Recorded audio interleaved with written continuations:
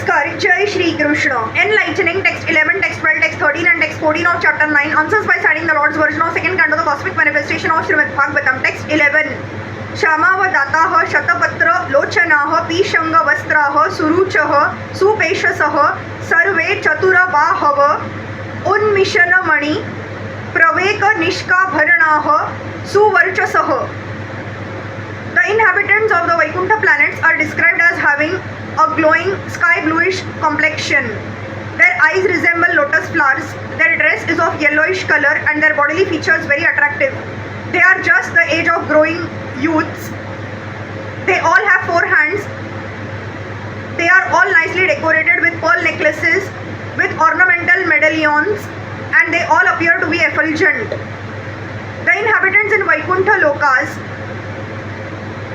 are all personalities with spiritual bodily features not to be found in the material world. We can find the descriptions in the revealed scriptures like Srimad Bhagavatam. Impersonal descriptions of transcendence in the scriptures indicate that the bodily features in Vaikuntha Lok are never to be seen in any part of the universe.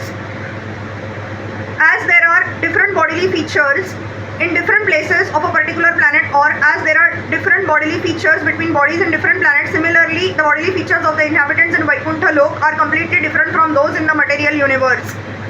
For example, the 4 hands are distinct from the 2 hands in this world. Text 12.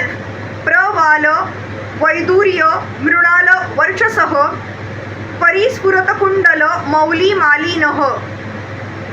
Some of them are effulgent like coral and diamonds in complexion and have garlands on their heads, blooming like lotus flowers, and some wear earrings.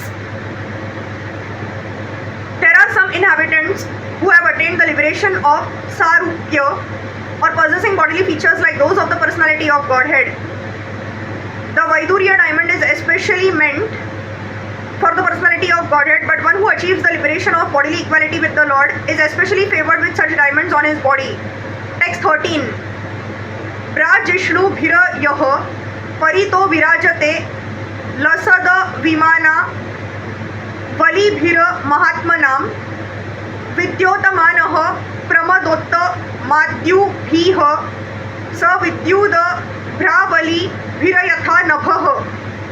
The Vaikuntha planets are also surrounded by various airplanes, all glowing and brilliantly situated. These airplanes belong to the great Mahatmas or devotees of the Lord.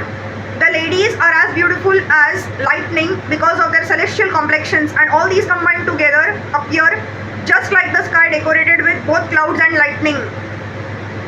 It appears that in the Vaikuntha planets there are also airplanes brilliantly glowing, and they are occupied by the great devotees of the Lord, with ladies of celestial beauty as brilliant as lightning.